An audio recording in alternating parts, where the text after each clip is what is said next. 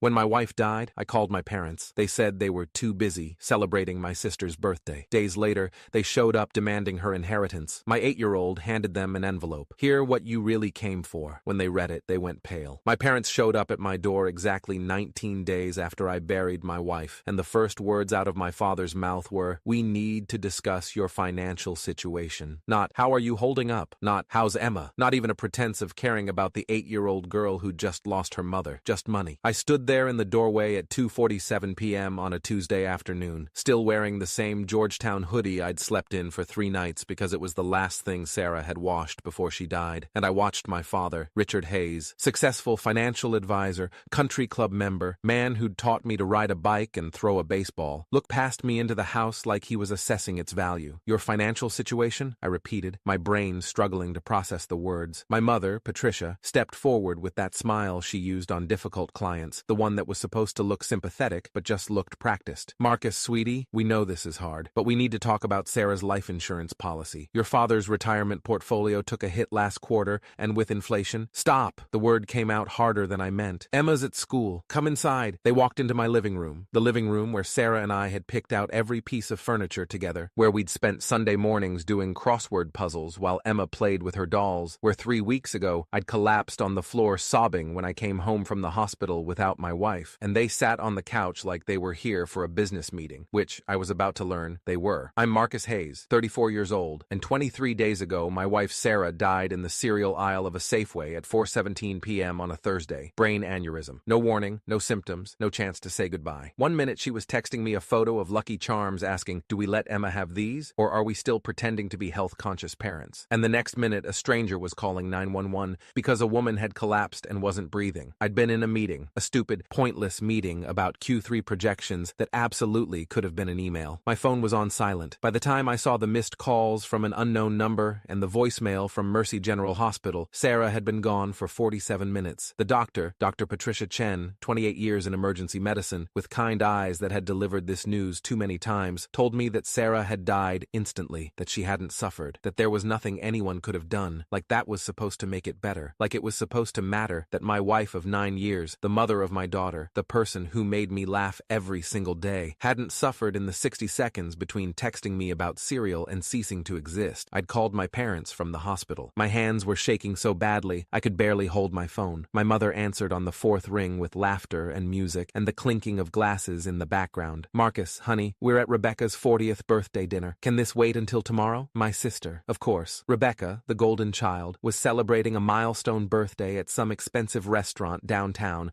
with 40 of her closest friends. "Mom, Sarah just died. I'm at the hospital. I need—" A pause. The background noise got quieter, like she'd moved to somewhere more private. "Oh my God. Marcus, that's awful. But sweetheart, everyone's here. The caterers just brought out the cake. It's the one from that bakery Rebecca's been talking about for months. We'll come by first thing tomorrow morning, I promise. Mom, Sarah is dead. Emma doesn't know yet. I need you tomorrow, honey. I promise. First thing." She hung up. They never came. Sarah and I had met in college, both of us working the night shift at the campus library to help pay tuition. She was pre-med, planning to become a pediatrician. I was studying accounting because my father insisted I needed a practical career. She'd caught me reading Terry Pratchett novels when I was supposed to be studying, and instead of judging me, she'd pulled out her own worn copy of Good Omens and said, "If you haven't read this one yet, we need to be friends immediately." We were engaged 8 months later. My parents had complained about the timeline. "You barely know her," my mother said. Like 9 months wasn't enough to know I wanted to spend my life with someone. They'd also complained about the wedding cost. Sarah's parents were paying for half, which meant I was expected to pay for the other half myself since my parents had already invested so much in my education. Sarah had switched from pre-med to nursing after her clinical rotations. "I don't want to diagnose," she'd told me. "I want to care. I want to be the person holding a scared kid's hand while they get an IV, not the person ordering the IV." She'd specialized in pediatric oncology, spent her days with the bravest kids I'd ever known, fighting cancers that had no business existing in 8-year-old bodies, and she'd brought that same fierce, protective love home to Emma, our daughter, born exactly 2 years after we married, who had Sarah's dark hair and my terrible habit of making dad jokes. Sarah had made Emma laugh every single day. Even on the hard days, even when work had been brutal and she'd come home crying about a patient she couldn't save, she'd still find a way to make Emma giggle before bedtime. And now she was gone, just gone. Like someone had erased her from the world while I was sitting in a pointless meeting. The funeral had been on Saturday, 4 days after she died. My parents showed up 23 minutes late, wearing golf golf clothes, actual golf clothes, like they'd been playing 9 holes,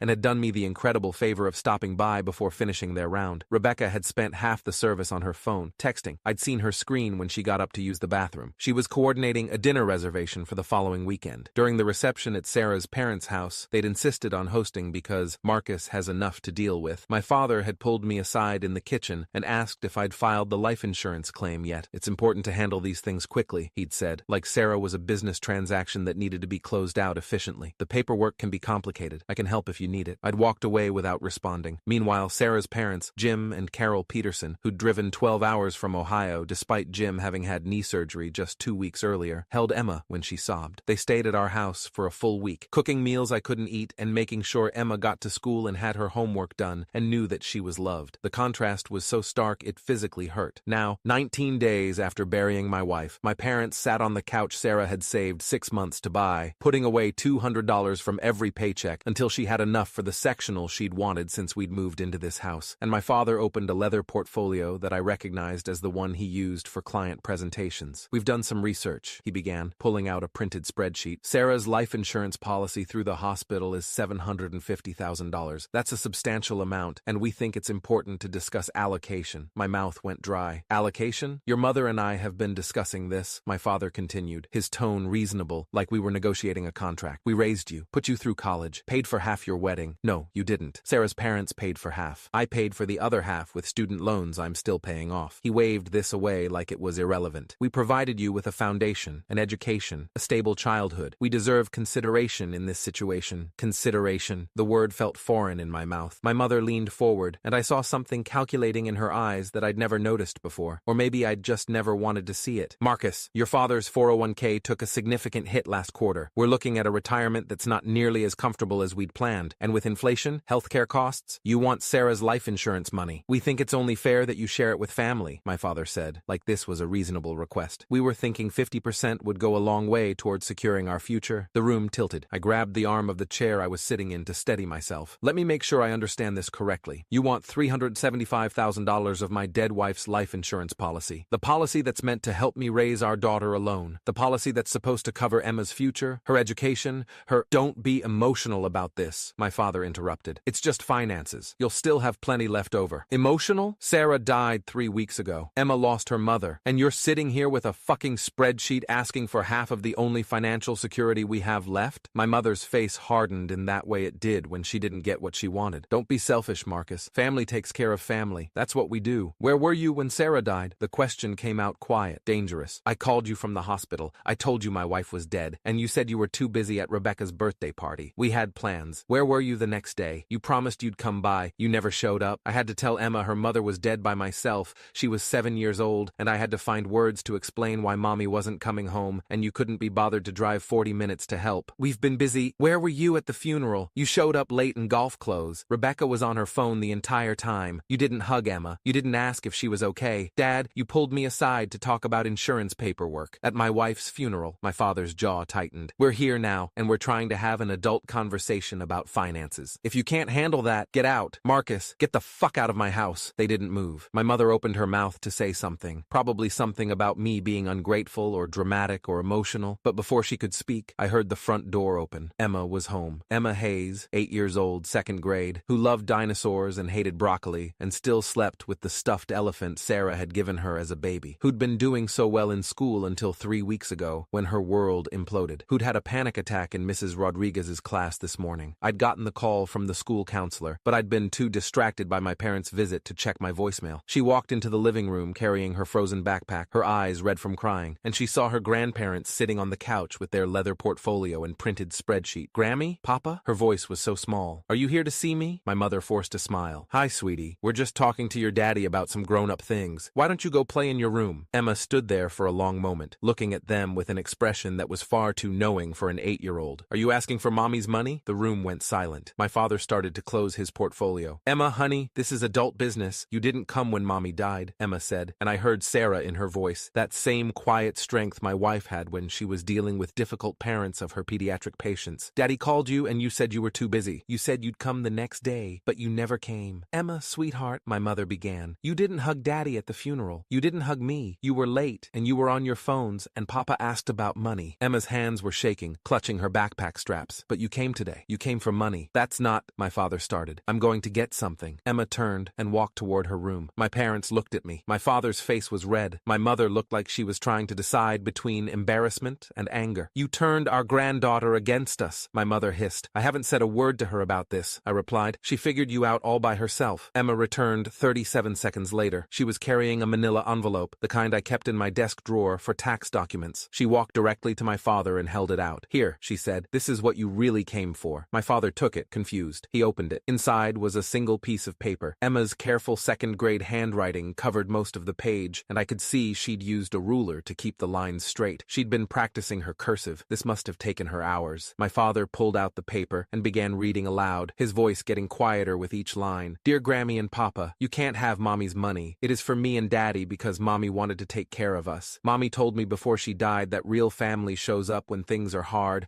not just when things are easy. She said some people wear masks and pretend to love you, but really they only care about what they can get from you. You didn't show up when Mommy died. You said you were too busy at Aunt Rebecca's party. Daddy cried by himself because you didn't come help. You didn't show up the next day even though you promised. Daddy had to tell me Mommy was gone all by himself. You showed up at the funeral late and Papa talked about money. Aunt Rebecca was on her phone. You didn't ask if I was sad, but you showed up today for money. Mommy said I would know who really loved me by who stayed when things got scary. You didn't stay. You only came back when there was money to get. Please don't come back until you love us more than dollars. Love, Emma. The paper shook in my father's hands. My mother had gone completely pale. How dare you? My father started, looking at me. How dare you manipulate her into— I didn't write that, I said quietly. I didn't know about it until 30 seconds ago. She's 8 years old and she figured out what you are entirely by herself. Emma stepped closer to me and I put my hand on her shoulder. Mommy talked to me a lot before she died, Emma said, and I realized she was talking about the conversations she'd had with Sarah over the years, not some deathbed prophecy. She said some people only show up when there's something to gain. She said that's not love, that's just using people. My mother stood up abruptly, her face flushed with humiliation more than shame. We should leave. You should, I agreed. My father grabbed his portfolio, the spreadsheet, trying to salvage some dignity. His hands were shaking. You're making a terrible mistake, Marcus. Family is supposed to show up when someone dies, Emma interrupted. Her voice didn't waver. You didn't. They walked toward the door. My mother was crying now, but not from guilt, from embarrassment at being called out by an 8-year-old, from the shock of being seen clearly for what they were. At the door, my father turned back one more time. That money is Sarah's.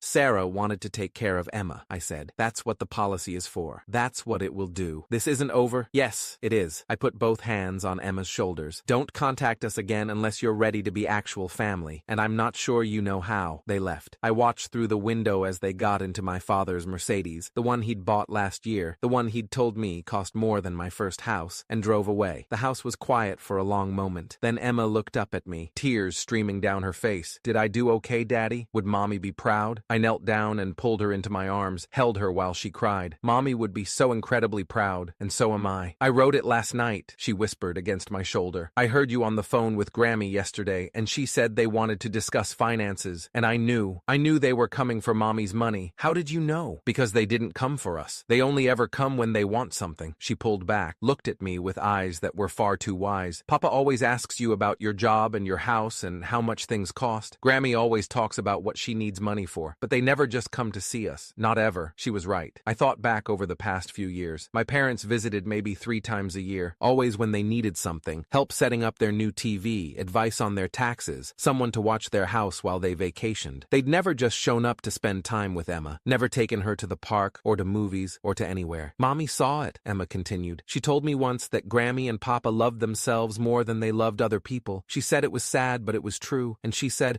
I should always remember that real love is about showing up, not about what you can get. I'd thought about reaching out to an attorney after they left, getting something formal in place to protect Emma's inheritance. But a week later, I got a letter from my parents' lawyer, Robert Chen, Esquire, Henderson and Associates, 23 years practicing family law. The letter informed me that my parents were contesting the life insurance beneficiary designation and believed they were entitled to fair compensation for their years of financial and emotional investment in me. I called Sarah's best friend, Jennifer Wu, who happened to be an estate planning attorney with Morrison and Hall. She'd been at the funeral, had held me while I cried, had promised Sarah years ago that she'd look out for us if anything ever happened. Marcus, this is insane, she said after I read her the letter. They have no legal standing. Sarah's life insurance policy lists you and Emma as beneficiaries, unless they can prove undue undue influence or fraud, which they can't, they have no case. Can they tie it up in court? Keep me from accessing the funds while they sue? They can try. It would be thrown out eventually, but it could take months. She paused. Forward me that letter. And Marcus, I'm going to make sure this doesn't just go away quietly. What they're doing is predatory and disgusting. I sent her the letter along with Emma's note. Sent her the voicemail from the night Sarah died, where my mother said she was too busy at a party. Sent her everything. Jennifer called me back 4 hours later. I filed a formal response and a motion to sanction their attorney for bringing a frivolous suit. I've also sent copies of Emma's letter and your documentation to the judge assigned to the case, Judge Patricia Morrison, 31 years on the bench, known for not tolerating this kind of family exploitation. But Marcus, there's something else. What? I sent everything to my friend who runs a legal ethics blog. It went up an hour ago. It's getting a lot of attention. The story hit social media that night. Parents sue grieving widower and orphaned granddaughter for dead mother's life insurance. By morning, it had 4.7 million views. The comments were savage. This is one of the most disgusting things I've ever read. That little girl lost her mother and her grandparents sued her for the insurance money. The fact that an 8-year-old had to write them a letter explaining why they're horrible people. I'm crying. Please don't come back until you love us more than dollars. That child is wiser than most adults. I hope they lose everything, not just the lawsuit, everything. My parents tried to do damage control. My mother posted on Facebook that they were heartbroken by the misunderstanding and that they'd only wanted to help Marcus during this difficult time. The comments on her post were so brutal, she deleted her account within hours. Rebecca posted a long Instagram story defending them, talking about how family dynamics are complicated and nobody knows what really happened. Someone found her posts from the day of Sarah's funeral, photos from a brunch she'd gone to after the service, laughing with friends, with captions like "back to normal life" / Sunday vibes. She deleted her Instagram too. The hearing was scheduled for 3 weeks later. Judge Morrison reviewed the case for exactly 11 minutes before rendering her decision. This is one of the most appalling attempts to exploit grief I've seen in 3 decades on the bench, she said, looking directly at my parents and their attorney. The plaintiffs have no legal standing whatsoever. The life insurance policy clearly designates Mr. Hayes and his minor daughter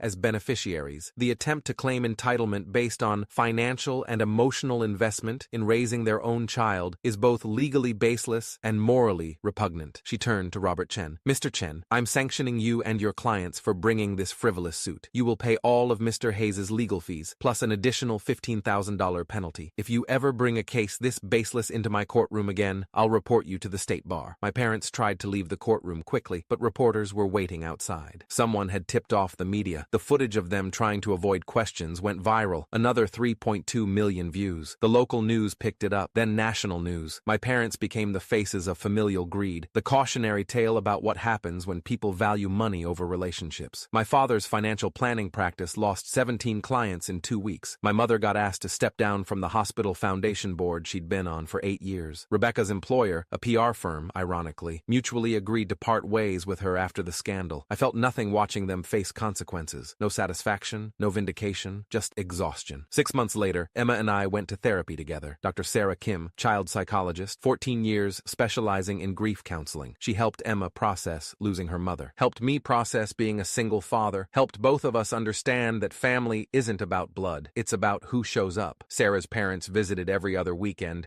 making the 12-hour drive from Ohio because they loved Emma and wanted to be part of her life. They never asked about the insurance money, never asked about the lawsuit, just showed up to be grandparents. Jennifer Wu became Emma's godmother officially, helped me set up a trust for Emma's future, helped me navigate estate planning, helped me understand all the things Sarah and I had never gotten around to discussing because we'd thought we had time. And Emma? She kept Sarah's memory alive in 1,000 small ways. Made me pancakes every Sunday morning because that's what Mommy did. Told jokes at dinner that were terrible, but made me laugh because they sounded exactly like something Sarah would have said. Started a memory book filled with photos and stories and the little details we didn't want to forget. She also kept that letter, the one she'd given my parents. She kept it in a folder with important papers written on the front in her careful handwriting. Why do you keep it? I asked her once. Because Mommy was right, she said simply. People show you who they are, and I want to remember who showed up and who didn't. My parents tried to reach out exactly once, 7 months after the lawsuit. A letter arrived, handwritten by my mother, talking about how they'd made mistakes and wanted to rebuild our relationship. There was no apology, no acknowledgement of showing up for money and not for grief, just vague language about mistakes and moving forward. Emma read it over my shoulder. Are you going to answer? I don't know. What do you think? She thought about it for a long moment. I think Mommy would say that people deserve second chances if they really change, but they have to change first. They have to show up because they love us, not because they want something. crying. How will we know the difference? We'll know, she said confidently. Real love looks different than fake love. Mommy taught me that. I never responded to the letter. Neither did they send another one. On the 1-year anniversary of Sarah's death, Emma and I planted a cherry tree in the backyard. Sarah had always wanted one. She'd talked about how beautiful they'd be in spring, how we could have picnics under the blossoms. Emma wrote a letter and we buried it at the base of the tree, a time capsule to open when Emma turned 18. I don't know what she wrote. She said it was between her and her mom, but as we stood there in the backyard, dirt under our fingernails and tears on our cheeks, watching the sun set through the bare branches of Sarah's tree, Emma looked up at me and said, "Mommy knew, didn't she? She knew who would show up and who wouldn't." How do you mean? The insurance money. She made sure it went to us, not to them. She knew they'd try to take it. She protected us even after she was gone. I'd never thought about it that way. But Emma was right. Sarah had set up that policy specifically listing Emma and me as beneficiaries. She'd discussed it with Jennifer Wu years ago, had made sure everything was ironclad. Maybe she hadn't known she'd die at 33 in a grocery store, but she'd known her in-laws well enough to protect her daughter from them even after death. Your mom was the smartest person I ever knew, I told Emma. She still is, Emma replied. She's still taking care of us. 2 years later, Emma and I are okay. Not perfect, not healed, but okay. We still miss Sarah every single day. Still set a place for her at Sunday breakfast. Still talk to her cherry tree like she might somehow hear us. But we've built a life, a good life, with Sarah's parents as involved grandparents, with Jennifer as family, with a circle of people who showed up when things were hard and stayed. The insurance money? It's in a trust for Emma's education, managed by Jennifer. I haven't touched a penny except to pay for Emma's therapy and for the cherry tree and for the annual donation we make to the pediatric oncology ward where Sarah worked. My parents never reached out again after that one letter. I heard through mutual acquaintances that they'd moved to Arizona, started over somewhere no one knew their story. Rebecca blocked me on all social media. I heard she works in real estate now, far away from PR. And that's fine, because Emma was right from the beginning. We knew who our real family was, not the people who shared our blood but disappeared when we needed them. The people who showed up, who stayed, who loved us without needing something in return. That's family. Sarah knew it, Emma knew it, and now I know it too. The letter Emma wrote, that letter that went viral, that got printed in think pieces about toxic family dynamics, that became a cautionary tale about grief and greed, still sits in her important papers folder. Sometimes I take it out and read it. Remember that day. Remember watching my 8-year-old daughter stand up to people twice her age and tell them exactly who they were. Please don't come back until you love us more than dollars. They never came back. And honestly, we're better off for it. Sarah would be proud of Emma's strength, of the boundary we held, of the family we chose instead of the family we were given. And that's all that really matters. That's all that ever mattered.